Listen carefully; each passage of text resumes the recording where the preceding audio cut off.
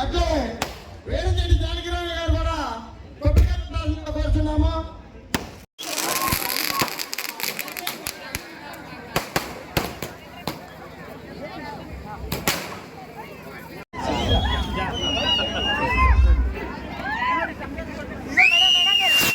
Sir తీసుకుంటారు, ఆగండి sir. పట్టుకోండి మేడం. అరే సరి చేయండి.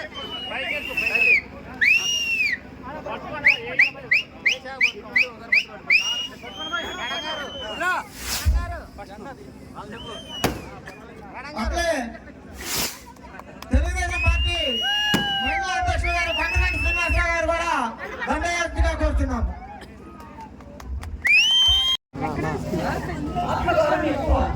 వారు ఎప్పుడు కూడా చేయాలి ఇవ్వడమే తప్ప తీసుకోవడం తెలియని జన సైనికులైన మహిళలకి మీకు ఎటువంటి అన్యాయం జరగదు అని నేను హామీ ఇస్తున్నాను.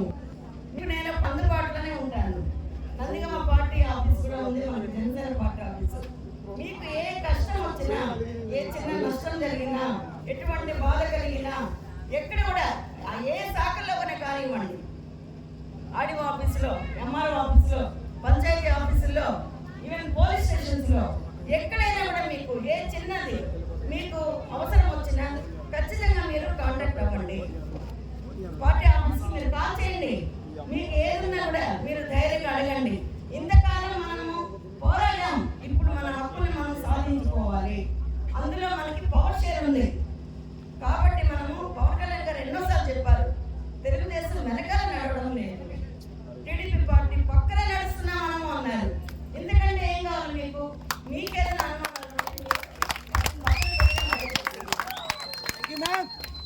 సో టీడీపీ ప్రభుత్వం కూడా వాళ్ళు కూడా చాలా చక్కగా అర్థం చేసుకొని మా చంద్రబాబు నాయుడు గారు మామ, ఎందుకంటే మాకు చిన్నప్పటి నుండి బాగా తెలుసు. మా సొంత మేనమామ టీడీపీ ఎంపీ చేశారు, చిత్తూరు ఎంపీ 2 times చేశారు, ఒకసారి మంత్రిగా చేశారు. లక్ష్మీప్రసాద్ గారు మేనకోడల్ని నేను. కాబట్టి చంద్రబాబు నాయుడు గారు, లక్ష్మీప్రసాద్ గారు ఇద్దరు కలిసి చదువుకున్నారు ఇంటర్మీడియట్ వరకు. కాబట్టి మనకి అటువైపు మామ చందమామ, ఇటువైపు మండే రగిలేశ్వరుడు ఇలాంటి కాబట్టి రెండు కూడా చాలా వారి యొక్క తత్వాన్ని బట్టి వాళ్ళు చక్కగా అన్ని మీకంతా ప్రజా సంక్షేమం కోసమే స్థాపించిన జనసేన పార్టీ కనుక ఎవరికి ఎటువంటి అన్యాయం జరగదు, సర్వ విధాల న్యాయం జరుగుతుంది.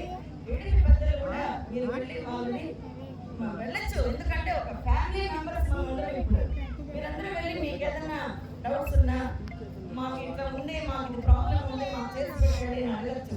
వాళ్ళు కూడా ఆకాంక్షిస్తారు, చక్కగా స్వాగతిస్తారు. మీకు ఏ చిన్న ఏదన్నా పర్వాలేదు. సీతారామ గారు చాలా చక్కగా చెప్పారు, కొడతాలపల్లిని మర్చిపోయే ప్రసక్తి లేదు. ఒకరోజు మళ్ళీ నేను పల్లె ప్రధాన జనసేన లాగే పల్లె మేల్కొలుపు ఎలా అయితే కొన్ని పల్లెలో నిద్ర చేశానో, ఇప్పుడు మళ్ళీ నేను ఒకసారి కొడతాలపల్లిలో వచ్చి నిద్ర చేస్తాను. నిద్ర చేయడమే కాదు, ఎందుకు నిద్ర చేస్తానంటే మీ అందరి యొక్క కష్టాలు, కన్నీళ్లు, మీ బాధలు, మీ ఇబ్బందులు ఎలా ఉంటాయో నేను కూడా అనుభవించాను, నేను కూడా స్వీకరించాలి వాటిని. అప్పుడే నాకు తెలుసు. కాబట్టి నేను వచ్చి నిద్ర చేస్తాను. ఒకరోజు మీ అందరూ కూర్చొని ఇలాగే అందరూ కూర్చున్నా, మారు బయట కూర్చొని అందరూ కూడా వస్తారు. బీజేపీ తమ్ముళ్ళు, జనసేన తమ్ముళ్ళు, అందరూ ఒక కుటుంబం లాగా కూర్చొని చక్కగా మాట్లాడుకున్నాము, సమస్యలన్నీ పరిష్కారం చేసుకున్నాము.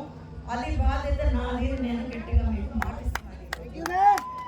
కాబట్టి మీరు దేనికి పడాల్సిన అవసరం లేదు, దేనికి ఆందోళన పడాల్సిన అవసరం కూడా లేదు. మా మీరు పెద్దలు మీరు దేనికి ఇబ్బంది పడకండి. ఏది ఉన్నా కూడా తర్వాత మండలాధ్యక్షులు కానీ, ఉప మండలాధ్యక్షులు కానీ, గ్రామ అధ్యక్షులు కానీ ప్రతి ఒక్కరూ ఒక సైనికుడిలాగా పనిచేశారు. వీర మహిళలు వాళ్ళు నిజంగా కూడా ఒక వీర మహిళలు యుద్ధం భూమిలో పోరాడినట్టుగా పోరాడారు. ఎందుకంటే కాయగూరలు కోసే కత్తిపీట చాలా చాకచక్యంగా కోసే మహిళలు చేతులే ఒక ఆయుధాలలాగా తీసుకొని వాళ్ళు ఓటు ద్వారా వాళ్ళు ఆయుధాన్ని ప్రయోగించి వాళ్ళు గెలిపించుకున్నారు ప్రభుత్వాన్ని. కాబట్టి వీర మహిళలు కూడా మామూలు వాళ్ళు కాదు. కాబట్టి మన ఎన్డీఏ కూటమి వర్ధిల్లాలి, స్వర్ణాంధ్రప్రదేశ్గా చిరస్థాయిగా నిలిచిపోవాలి. కాబట్టి మీ అందరూ ఇంకా ఇంకా ఐక్యతతో ఉంటే ఆ బలంతో మనం ముందుకు కలుగుతాము. జై జనసేన.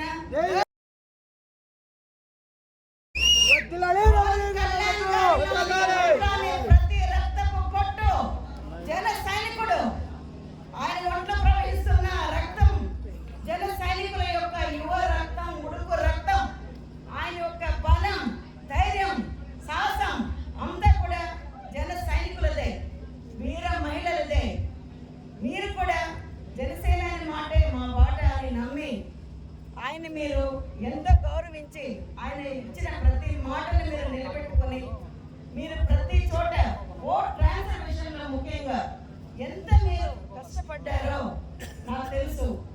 పల్లెపదాన జనసేన, గాజు గ్లాస్తో ఛాయ్తో చర్చ, పల్లె మేల్కొలుపు ఇలాంటివి జనసేనలో ఎన్నో కార్యక్రమాలు నిర్వహించాను నేను. మీ అందరికీ తెలుసు.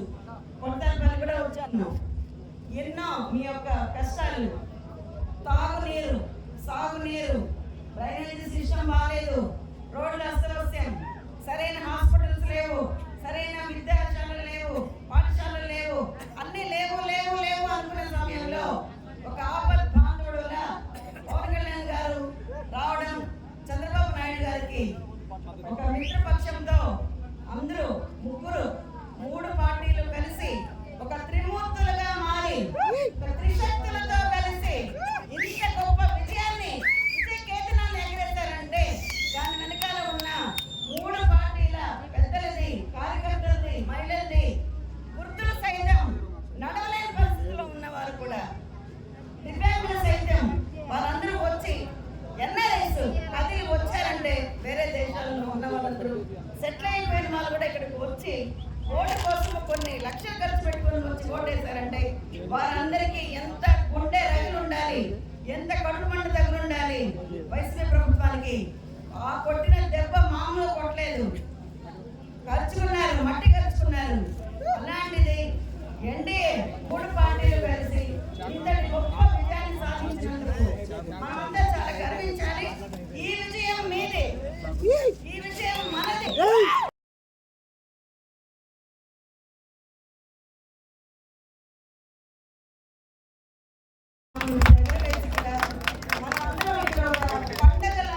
పండగ వాతావరణం కనిపించింది నాకు. నేను ఇక్కడ ఇన్ఛార్జ్గా రాకముందు రాయలసీమలో నేను ఒక 1.5 years నేను అప్పుడు కూడా వర్క్ చేశాను. తర్వాత పవన్ కళ్యాణ్ గారు నందిగామకు వెళ్ళండి, నందిగామ ప్రజలకి నీ అవసరం చాలా ఉంది, నా బదులు నేను మిమ్మల్ని అక్కడికి పంపిస్తున్నాను అని ఒకటే ఒక మాట చెప్పారు. అప్పుడు నేనేమని అనుకోని ఇక్కడికి నిర్ణయించుకొని వచ్చానంటే జనసేన అని మాటే మన బాట, జనసేన అని మాటే మన బాట, జనసేన అని మాటే మన బాట. అదే మాట, అదే బాట తీసుకున్నప్పటి నుంచి మనం ఎక్కడ కూడా తగ్గేదే లేదు అంటూ మనల్ని ఆపేది ఎక్కడ తగ్గలేదు. వైసీపీ ప్రభుత్వాన్ని పాతాళానికి తొక్కుతానన్నారు, తొక్కి చూపించారు.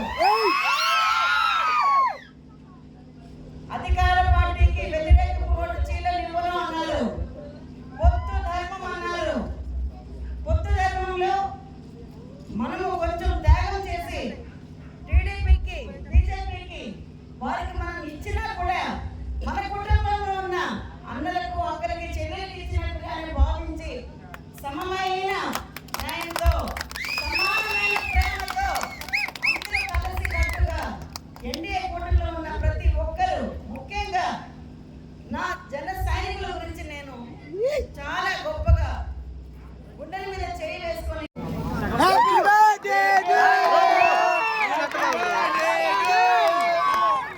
హ్యాపీ బర్త్డే సేనాని.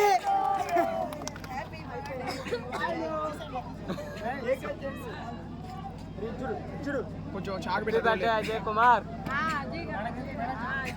మేడం పెడతారు ఒక్క నిమిషం.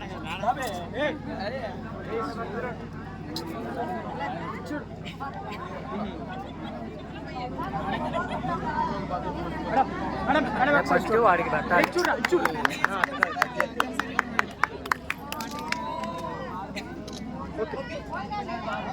రే